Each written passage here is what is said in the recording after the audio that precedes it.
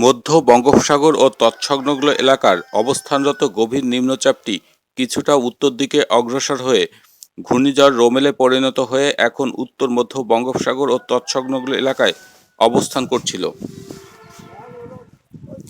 ঘূর্ণিঝড় রোমেল সংক্রান্ত আপডেটটি সংগ্রহ করা হয়েছে পারভেজ আহমেদ পলাশ মোল্লা বেসরকারি আবহাওয়া গবেষকের ফেসবুক পেজ থেকে। এটি আজ 11:30 মংলা সমুদ্র বন্দর থেকে 350 কিলোমিটার দক্ষিণে ও চট্টগ্রাম সমুদ্র বন্দর থেকে 410 কিলোমিটার দক্ষিণে পশ্চিমে অবস্থান করছিল। এটি আরও জোরদার হয়ে উত্তর দিকে অগ্রসর হতে পারে। ঘূর্ণিঝড় কেন্দ্রের 50 কিলোমিটার ব্যাসার্ধের মধ্যে বাতাসের একটানা গতিবেগ ঘন্টায় 75 কিলোমিটার 1 মিনিট স্থিতি, যা দমকা হাওয়া আকারে 95 কিলোমিটার পর্যন্ত বৃদ্ধি পাচ্ছে। সাগর ওই স্থানে বেশ উত্তাল আছে। এটি উপযুক্ত পরিবেশ পেলে রবিবার সকালে অথবা দুপুরে ক্যাটাগরি 1 ক্ষমতাসম্পন্ন ঘূর্ণিঝড়ে রূপ নিতে পারে। গতিপথ: ঘূর্ণিঝড় আপাতত উত্তর দিকে অগ্রসর হতে পারে এবং এরপর কিছুটা উত্তর উত্তর পূর্ব দিকে অগ্রসর হতে পারে, তবে গড়ে উত্তর দিকে অগ্রসর হওয়ার সম্ভাবনা বেশি। ঘূর্ণিঝড়টি উপকূলের কাছাকাছি এসে পড়ায় উপকূলীয় এলাকা যথেষ্ট উত্তাল হয়ে পড়েছে। মংলা ও পায়রা বন্দরকে 7 নম্বর ও চট্টগ্রাম ও কক্সবাজার বন্দরকে 6 নম্বর সতর্ক সংকেত জারি করেছে বিএমডি।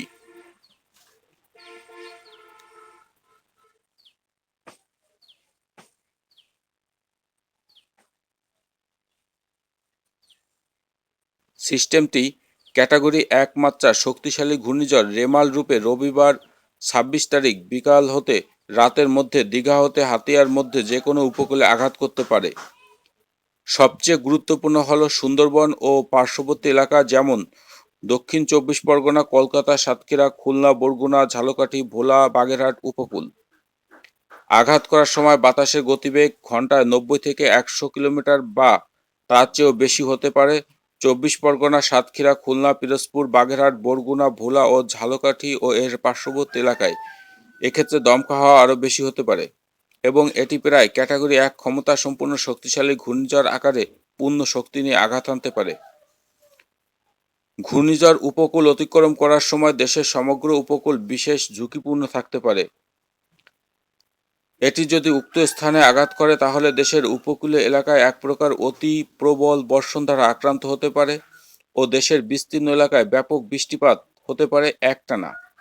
সেই সাথে পশ্চিমবঙ্গ এর দক্ষিণ হতে মধ্য অঞ্চল ও খুলনা বিভাগ, বরিশাল, ময়মনসিংহ, সিলেট ও ঢাকা বিভাগের কোথাও কোথাও 200 থেকে 500 মিলিমিটার পর্যন্ত বৃষ্টিপাত হতে পারে প্রবল দমকা হাওয়া সহ।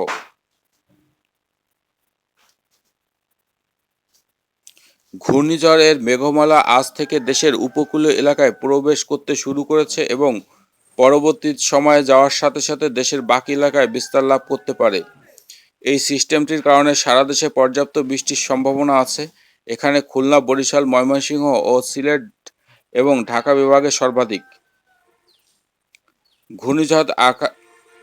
ঘূর্ণিঝড় আঘাত করার সময় দক্ষিণ 24 পরগনা, সাতক্ষীরা, খুলনা, বাগেরহাট, পটুয়াখালী, পিরোজপুর, বরগুনা ও এদের নিকটবর্তী ও দূরবর্তী দ্বীপ ও চর ও নিচু এলাকায় স্বাভাবিক জোয়ারের চেয়ে স্থানভেদে 6 থেকে 8 ফুট উঁচু বায়ুতাড়িত জলোচ্ছ্বাস দ্বারা প্লাবিত হতে পারে। ঘূর্ণিঝড়ের কারণে দেশের উত্তর পূর্ব অঞ্চলে এলাকায় সাময়িক বন্যার সৃষ্টি হতে পারে ও দেশের উপকূলীয় নিচু এলাকায় কয়েকদিনের জন্য বন্যার সম্ভাবনা আছে।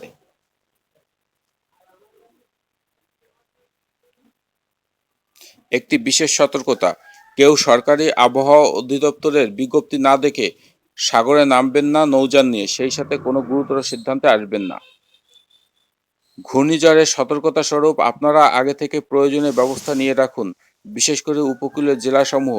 উপকূলীয় এলাকাগুলো হলো সাতক্ষীরা, খুলনা, বাগেরহাট, পিরোজপুর, বরগুনা, ঝালকাঠি, ভোলা, পটুয়াখালী, নোয়াখালী, ফেনী, চট্টগ্রাম, কক্সবাজার ও এদের অদূরবর্তী দ্বীপ ও চরসমূহ।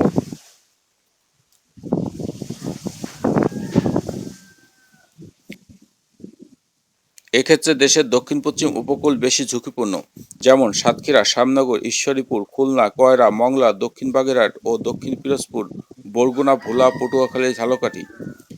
বিদ্যুৎ বিচ্ছিন্ন হয়ে যাবে, তাই আগে থেকে সকল চার্জার এর জিনিস চার্জ দিয়ে রাখুন। বাড়ি যদি কাঁচা বা আধা পাকা হয় তাহলে দুপুরের আগেই নিরাপদ আশ্রয়ে সরে পড়ুন। আসুন দেখে নিই ঘূর্ণিঝড় অতিক্রমকালে দেশের উপকূল এলাকায় কত কিলোমিটার বেগে ঝড়ো হাওয়া বয়ে যেতে পারে। দক্ষিণ চব্বিশ পরগনা, ইন্ডিয়া, সাতক্ষীরা, খুলনা, পিরোজপুর, বাগেরহাট, ঝালকাঠি, বরগুনা উপকূলে ঘূর্ণিঝড় অতিক্রমের সময় ঘন্টায় 90 থেকে 120 কিলোমিটার বেগে ঝড়ো হাওয়া বয়ে যেতে পারে। দমকা হাওয়া আরও অধিক 140 কিলোমিটার পর্যন্ত থাকতে পারে।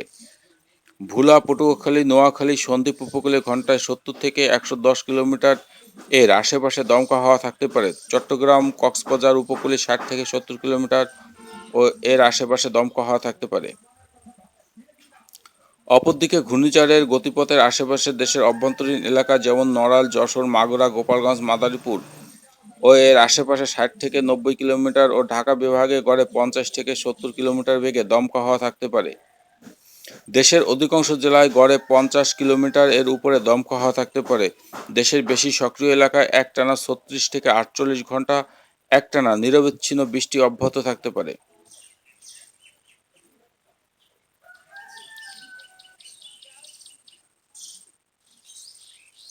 আরও বিস্তারিত গুরুত্বপূর্ণ তথ্য নিয়ে আমরা আপনাদের সাথে আসছি, সুতরাং আপনারা পেজে নজর রাখুন এবং পরবর্তী আপডেটগুলো দেখুন।